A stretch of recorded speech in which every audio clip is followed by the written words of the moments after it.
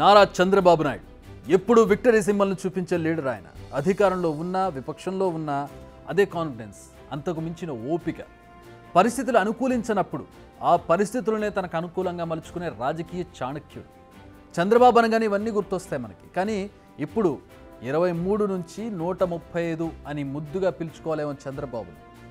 23 ఈ నెంబర్కు చంద్రబాబు లైఫ్ మర్చిపోలేని నెంబర్. 2019 ఎన్నికల్లో టీడీపీ గెలిచిన సీట్ల సంఖ్య 23. దీన్ని మరింత పాపులర్ చేసింది వైసీపీ ప్రభుత్వం. అంటే అంతకుముందు వైసీపీ జగన్ను శుక్రవారం పేరుతో టీడీపీ నేతలు సెటైర్లు వేశారు, అది వేరే విషయం. నిజానికి అధికారంలో ఉన్న పార్టీ ఒక్కసారిగా 23 సీట్లకు పడిపోతే పరిస్థితి ఎలా ఉంటుంది? నిజానికి ఇది చంద్రబాబు ఆత్మవిశ్వాసం మీద పడిన అతిపెద్ద దెబ్బ. ఓవైపు పెరుగుతున్న వయసు, మరోవైపు పార్టీ భవిష్యత్తుపై పెరుగుతున్న నీలినీడలు. ఉన్న ఎమ్మెల్యేల్లో కూడా కొందరు వైసీపీ క్యాంపుకు చేరి ప్రతిపక్ష హోదాను కూడా పోగొట్టే ప్రయత్నం చేశారు.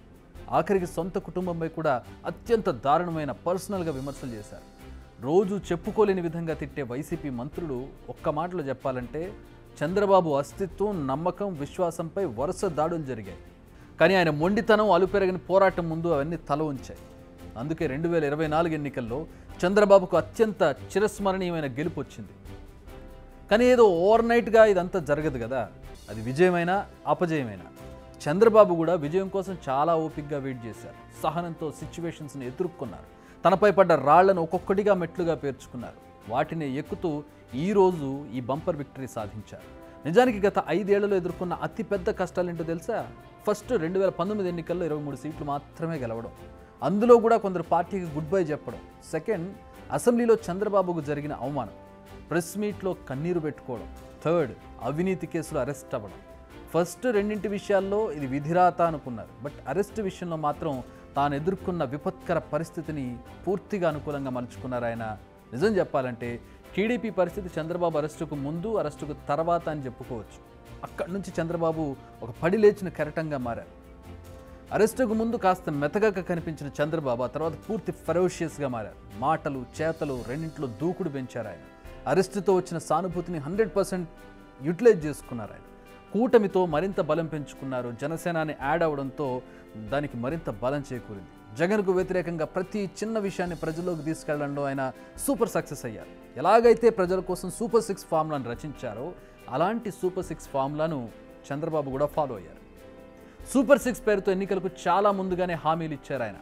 తన అరెస్ట్ అప్రజాస్వామికం, కక్షపూరిత చర్య అని ప్రజల్లోకి తీసుకెళ్లారు. సరైన సమయంలో జనసేన బీజేపీతో జతగట్టారు. ప్రభుత్వ వ్యతిరేక ఓటును చీలకుండా జాగ్రత్తలు తీసుకున్నారు. సీట్ల సర్దుబాటు, అసంతృప్తులను కంట్రోల్ చేయడంలో ఆయన సక్సెస్ అయ్యారు. ఇక 70 ఏళ్ల వయసులో కూడా విరామం, విశ్రాంతి అన్నది లేకుండా సూపర్గా ప్రచారం చేశారు ఆయన. 89 అసెంబ్లీ, 25 పార్లమెంట్ నియోజకవర్గాల్లో ప్రచారం ఆయనకే చెల్లింది. ఇలా ప్రతి విషయంలో పర్ఫెక్ట్ ప్లానింగ్తో ముందుకెళ్లారు చంద్రబాబు. మరి దానికి రిజల్ట్ విపక్ష నేత నుంచి మళ్లీ సీఎం కుర్చీ అధిరోహించడం, సీట్ల సంఖ్య 23 నుంచి 135కు పెరగడం. మొత్తంగా హారిబుల్ సిచ్యువేషన్స్ను కూడా సక్సెస్గా మలుచుకుంటారన్న పేరును చంద్రబాబు మరొకసారి నిలబెట్టుకున్నారు.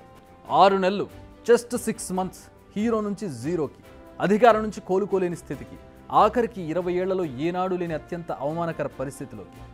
ఇది భారత రాష్ట్ర సమితి పరిస్థితి. నిన్న వెలువడిన ఫలితాల్లో బీఆర్ఎస్ గెలిచిన లోక్సభ సీట్ల సంఖ్య 0. ఎస్, నిజంగా గుండు 0. నిజానికి బీఆర్ఎస్ డౌన్ఫాల్ ఎక్స్పెక్ట్ చేసింది, బట్ మరి ఇంత దారుణ పరిస్థితికి కారణాలు ఏంటి? ఈ రిజల్ట్స్ ఎఫెక్ట్ పార్టీ మనుగడపై ఎలాంటి ఎఫెక్ట్ చూపించబోతున్నాయి? బిగ్ టీవీ అవుట్లుక్ కథనాలు నచ్చితే వెంటనే బిగ్ టీవీ ఛానల్ ను సబ్స్క్రైబ్ చేయండి.